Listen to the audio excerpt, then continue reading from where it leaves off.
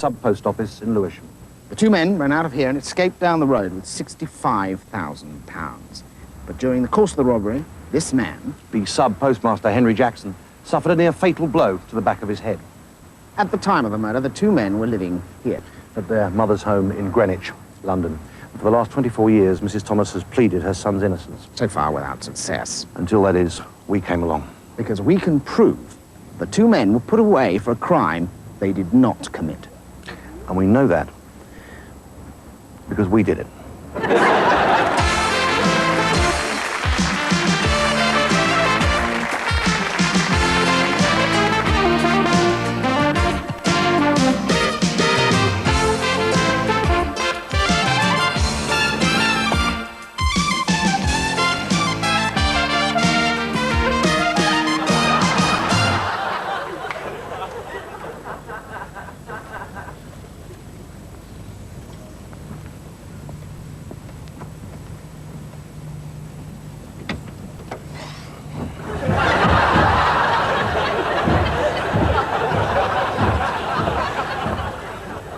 Is anybody there?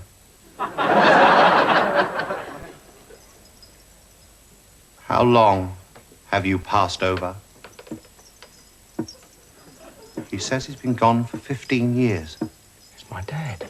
My dad. I believe you have an important message for the deceased. Yes. Dad, your passport's arrived. I was in a game show. It was a pilot, and the format was to find a bloke who would go out with Cilla Black. It was called Blind Drunk. Madame, monsieur. Who is having the crab? The crab, that's for me, please. Thank you very much. Excuse me. Sorry. Seafood's out of this world. It's absolutely gorgeous. Thank you.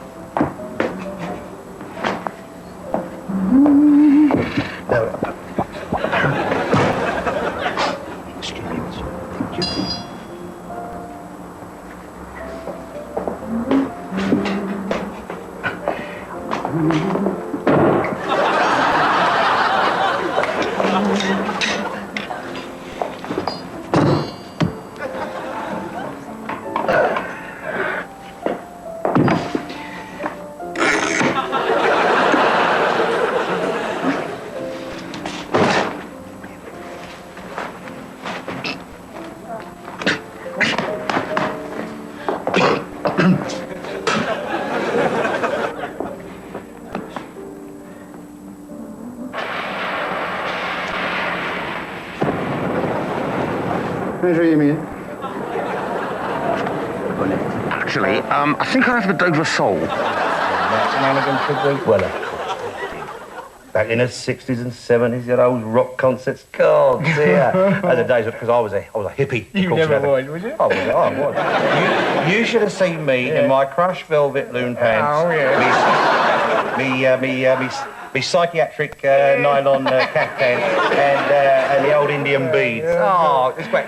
What a decade. What a dickhead.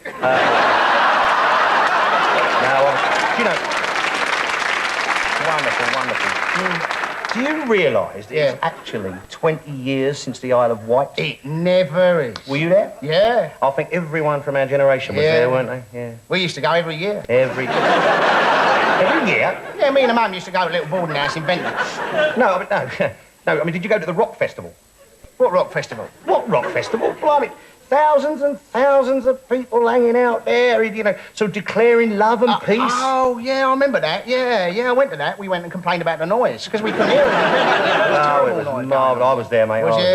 there, hanging out with all the kids, dropping in and cooling in and, dropping out. And, Right, it's awful when your zip goes on the side of it.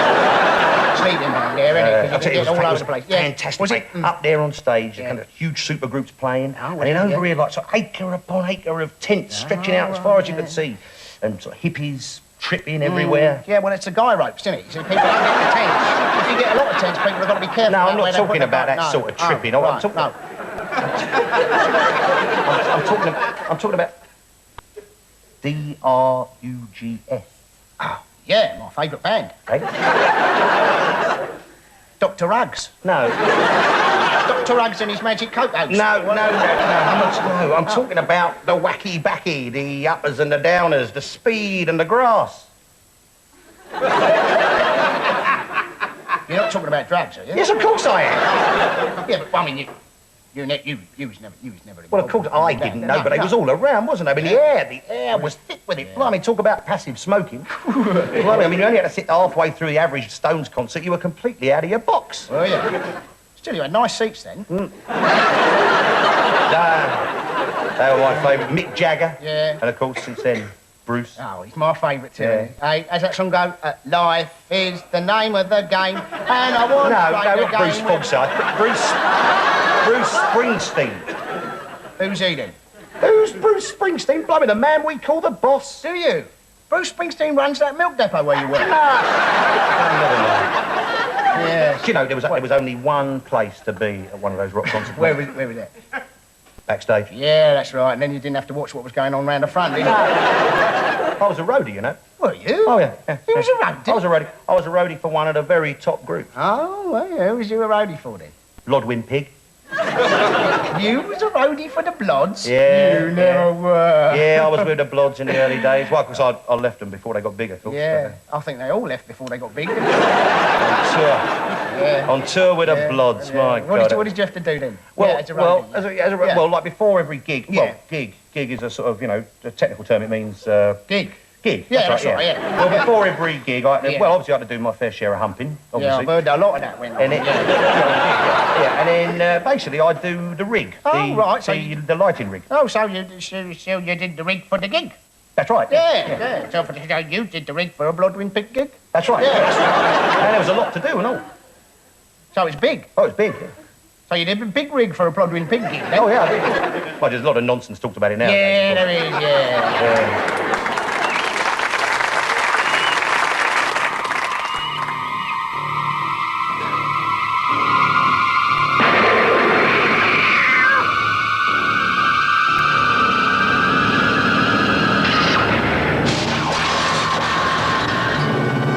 Estate agent on Elm Street. In which case, gentlemen, how can members of Parliament possibly justify to anyone awarding themselves a pay rise that is 3 times in excess of the current rate of inflation? Well, I don't think we have to justify it to anyone, do we? Do we have to justify it? I don't think so.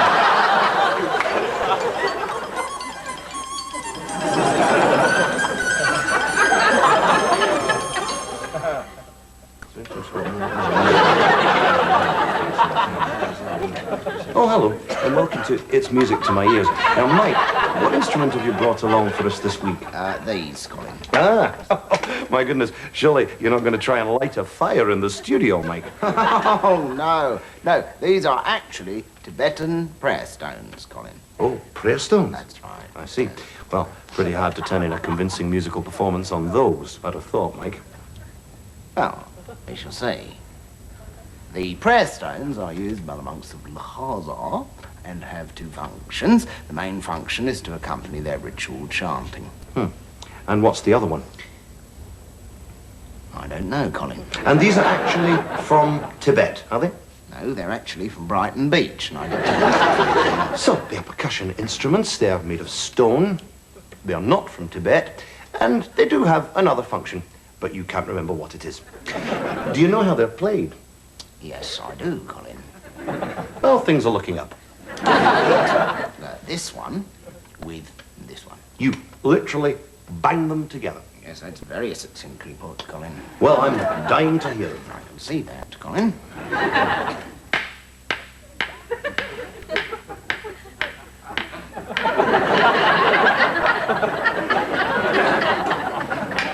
Well, they really are quite something, aren't they, mate? In the world of folk music, we're going to finish this week with a song called The Robin. It's a Yukon Eskimo song, and we'll be singing it in the original Inuit burr with English subtitles. Your hair, pooch, look me nigh. Minahi yo chuk minai koi. Kingayo ho chuk kobai koi. Gatling ko yo chuk minai Funny enough, I never really believed in all that thing, and then I won the Reader's Digest prize drawer. And now I'm looking for some prize socks to put in it. This fabulous restaurant is completely deserted. Yeah, the food's smashing. And the prices are reasonable, too. Well, let's just enjoy our meal, shall we? Good evening, folks. They say a meal without wine is like a day without sunshine. But what is a day without a meal, wine, and a song? I'd like to teach the world to sing in perfect harmony. I'd like to hold you in my arms and keep you, yes I would, company. Stanley Hopkins is 39. Outwardly normal, physically sound, happily married with a young family. Stanley suffers from a severe disability, only now recognised by the medical profession for the illness that it is. He was born without any sense of embarrassment at all. Enjoying your meal now? Now, Stanley, I'd like to do a few tests. Yeah, hope you got warm hands. Extrovertitis, or Pratt's disease, is inherited. What I'd like to do is to tie these few things on. All right, okay. The most common symptom is severe thickening of the skin. Now, Stanley, do you feel anything at all? No, nothing. No, nothing. Should I? People say he's a loony, mad, a maniac, but they're just trying to be kind. Let's face it, he's an honest-to-goodness pillock. I think you're doing a marvellous job, lass. In earlier times, society locked people like Stanley away in asylums or scout huts. Oh. Hello, Mrs. Taylor. How are the piles? All right. What is sometimes called Sue Pollard syndrome can strike at any time, and the full burden has to be borne by his family. It is very bad for me. I am having treatment for my permanent cringe, and a couple of months ago I had to go into hospital to have my buttocks surgically unclenched. Hey! It's mastermind! But for many, the future is bleak. Stanley's restaurant is closing. He was turned down by the Morris dancers for being too showy. Hey, is that how you spell Magnus then, is it? And get on with it, and with his shopping. It looks very much as if he might be forced to take the ultimate step, like so many of the chronically shameless. I've become a children's TV presenter. Have you met her on all the road? You what? Time to say goodbye to the boys and girls, yes. Bye-bye. Bye-bye, everybody.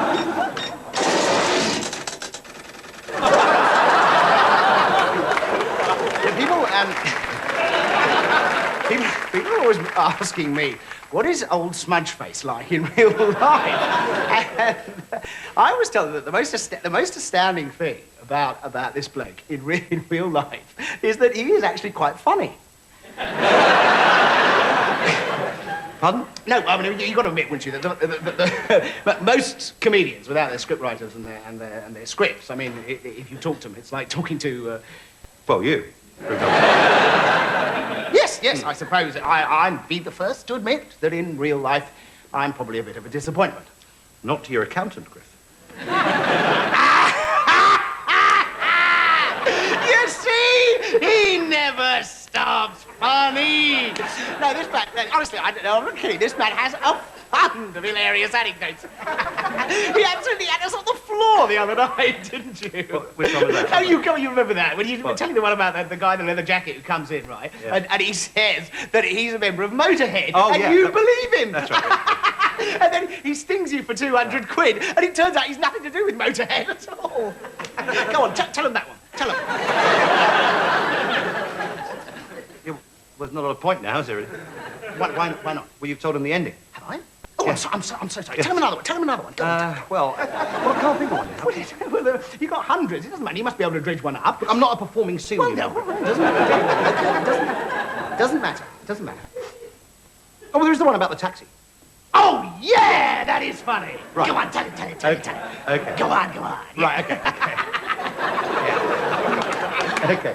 Right. So it's 9 o'clock. This is true. It was 9 o'clock on a sort of Monday morning. We were expected at the BBC for rehearsals. You see. But unfortunately, the night before, we'd had the last night party for our live tour in London. So, Yes, but it wasn't the last night, though, was it? well, yes, it was, because that's why we had the party. Yeah, but there were 3 more nights to go. Literally spoke to us. Hampton's to go, wasn't it? Well, it wasn't Southampton, it was Portsmouth. But anyway, we'd had the last night party. But that's not the point. No, because it was the 3rd to last night party. Look, the party doesn't matter, actually. Well, why are you going on about the party? It's just build-up. It's just building up to the story about the taxi. What taxi?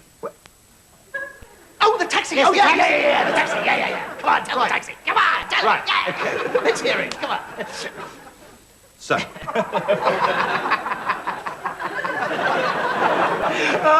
What's funny? What's funny? 200 quid and he wasn't even a member of the band. He's a killer. It's the way. Come on. Right. So anyway, I'd overslept that morning, but Griff being a bit more, and I'd sort of forgotten to get a cab, but Griff's a bit more organised than I am, so he'd actually got one. I had, yeah. Yeah. So as he got into the cab, the cabbie says, "Here, don't I know that face?" No, he didn't. He said, Here, excuse me, I know you, don't I? Yeah, well, it boils down to the same thing, actually. Oh, I said, well, you might do.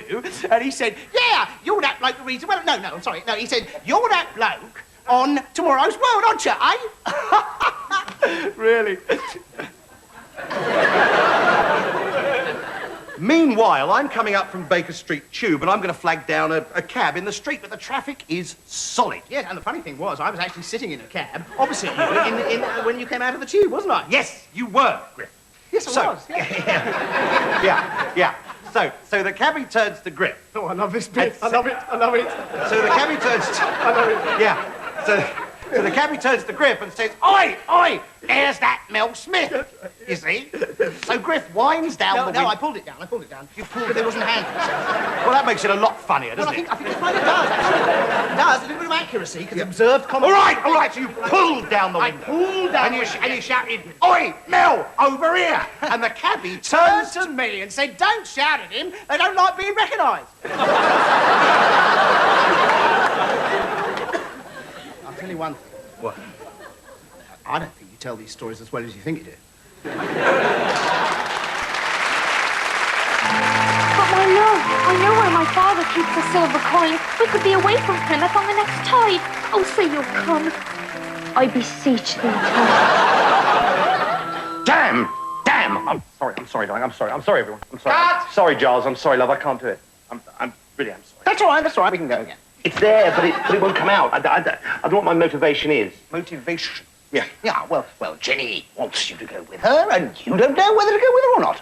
And something about her reminds you of your childhood, when your father beat your favourite dog, and it's upset you so much you ran into the kitchen, and your mother was there, and she was cooking, and she turned around, and she spilled oil all down herself, and she died. And Jenny reminds you of her mother, so you want to go with her. Okay? Great. Thanks. Giles, thanks so much. I'm sorry. Okay, let's go again. Okay, is that all right? Runaways, 56, take 9. And action! But my love, I know where my father keeps his silver coins. We could be away from Plymouth on the next tide. Oh, say you'll come with me, Tom. I beseech thee, Tom. All right.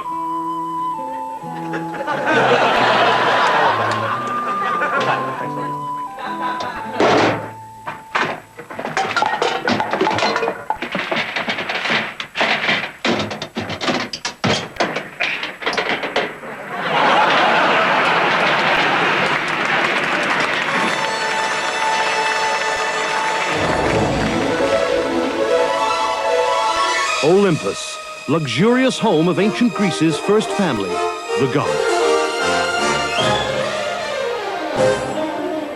Starring Morgan Bottoms as Aphrodite, goddess of love and health foods. Doug Douglas as Odysseus the adventurer. Pamela Tail as Penelope, his estranged wife. Luke Veranda as the god. Ogden Barrymore Jr. as the Minotaur. Greg Posture as Theseus, globe-trotting prince of Athens. Peter Kentickley as one of the less important roles. Meryl Catty as Hera, troubled queen of Olympus, and Charlton Wigg as her husband Zeus, in all his many forms. Aphrodite, do we have any news of Theseus yet? Damn you, Zeus. Damn you and your infidelity. Hero, something's troubling you. I do have news, Theseus. When he went into the labyrinth, he was armed. Armed? What? A ball of wool. Ball of wool. That kid's gonna need all the help he can get.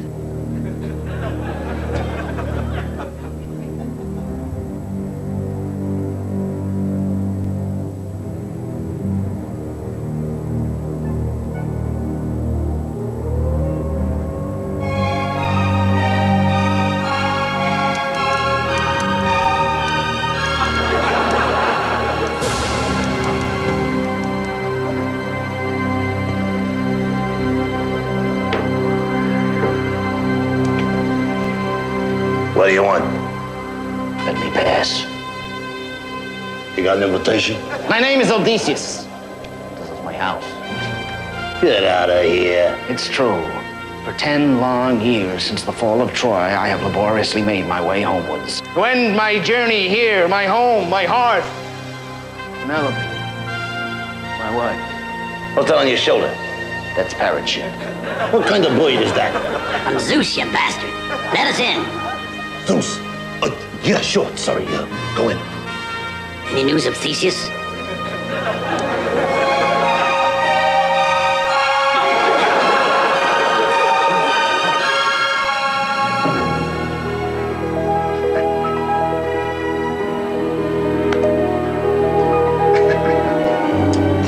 Stop it, Odysseus. I had a headache.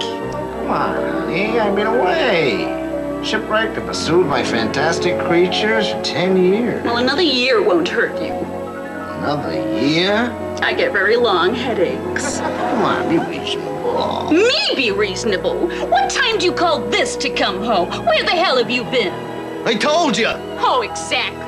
You've been shacked up with one of your fantastic creatures, haven't you?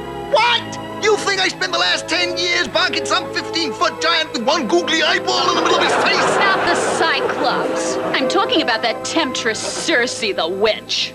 Circe. Why, that voluptuous enchantress means nothing to me. What I want to know is how come when I come home to my wife, I find her entertaining 100 strange men in my lounge room? Those men are my fiancés. 100 fiancés? I thought you were dead. You gonna marry them all? No, not all at once. I suppose that's impossible. Well, it is now you've killed them all. Did you have to do that? I'm sorry. I guess my fiery temper got the better of me. The sight of 100 strange young men making eyes at my wife drove me mad with rage. Thank God you didn't get back on Thursday. Theseus, you and your friend have to realize plastic surgery is in its infancy. But is there nothing you can do? He wants to look as much like me as possible.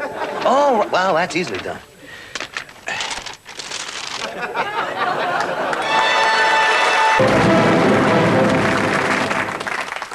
And then they arrested me for exposing my virile member in a place of public entertainment.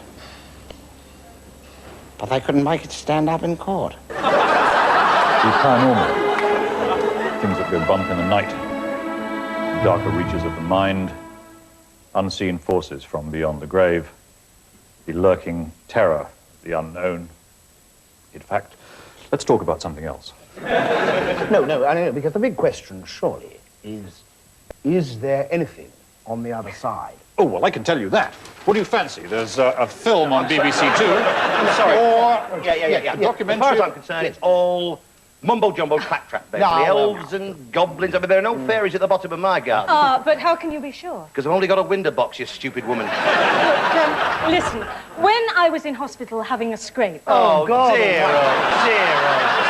Please, I had this most amazing out-of-body experience. Out of your head experience, I wouldn't... I felt that I was floating above my body on the operating table, and I went up through the air conditioning duct and out over Battersea Power Station. Oh, and it was glorious. Yes, and have you any idea at all what caused it? Yes, the anaesthetist gave me helium by mistake. That's interesting, because actually, Irene, that's nothing.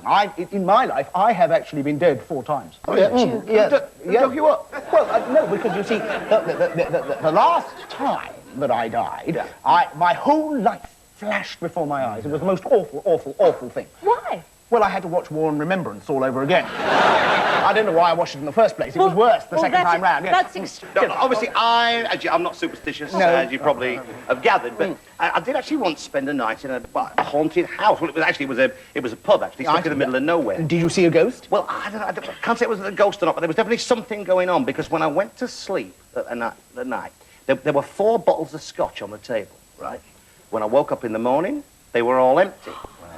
Yeah, and I think whatever it was must have hit me or something, because I had a terrible headache for about a week. And I had ectoplasm all down my shirt. That is a poltergeist for certain. It's a what?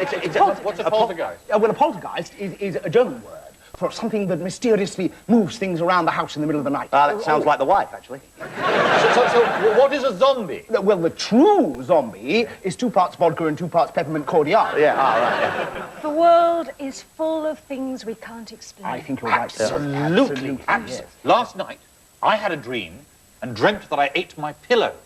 When I woke up, my giant marshmallow was gone. What is that all about? I don't know. I really don't know. Oh, Has anyone here ever experienced crystal healing? I've experienced crystal gale, and I didn't like it. No, crystal healing, it's a form of alternative medicine. Is it? Yes. Well, nobody knows, but crystals have a unique healing aura, and if you wear one round your neck, it attracts the Earth's electrical fields and redirects it to your main acupuncture meridians. Now, correct me if I'm wrong, but that's a load of bollocks, isn't it? No, it's a crystal. Yes, but it's a crystal, and you wear it round your neck. Interestingly enough, there's a tribe in northern Burma who wear bollocks round their neck. Yes, it's an ancient curse, you see. Yes. So you wander around with your enemy's scrotum round your neck. And he ceases to be a problem to you. Well, not really, because he's sitting on your shoulders. It's actually a way of getting to know your enemy a lot better, you see. But incidentally, talking of this, does anybody know why Sarah Miles drinks her own urine? Well, nobody else is going to, are they? Does she? Oh, she does. Oh, well, yes, sure, Sarah she Miles, does, because she does drink it. She does, yes. And I believe that Thames Water are going to give us all the opportunity to do the same thing. Do you know that the Queen is a homeopath? She believes that what you put into your body directly affects your quality of life. Yes, well, I'm sure Britt Eklund would agree. Deja vu is an interesting thing, isn't it? No, it's not, actually, no. No, you know, the thing is, I'm not into all this, as you probably know, voodoo, medicine, you know, alternative healing, claptrap. It's not my scene. No. But I did actually once go to a doctor who was a cross between a chiropodist and an osteopath. And what was he? A footpath.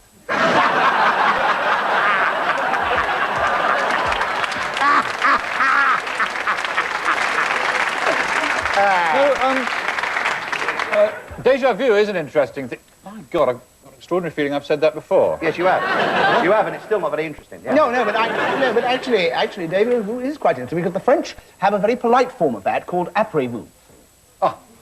Yes, so the question really that it all boils down to is the question, is there anybody there? Well, I personally wouldn't have thought so. I should think they've all turned off by now. So should we all go on?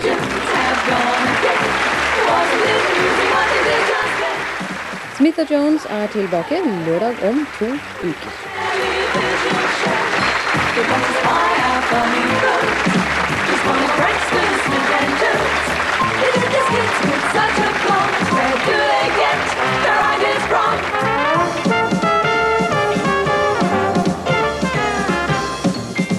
Smith and Jones are no longer here.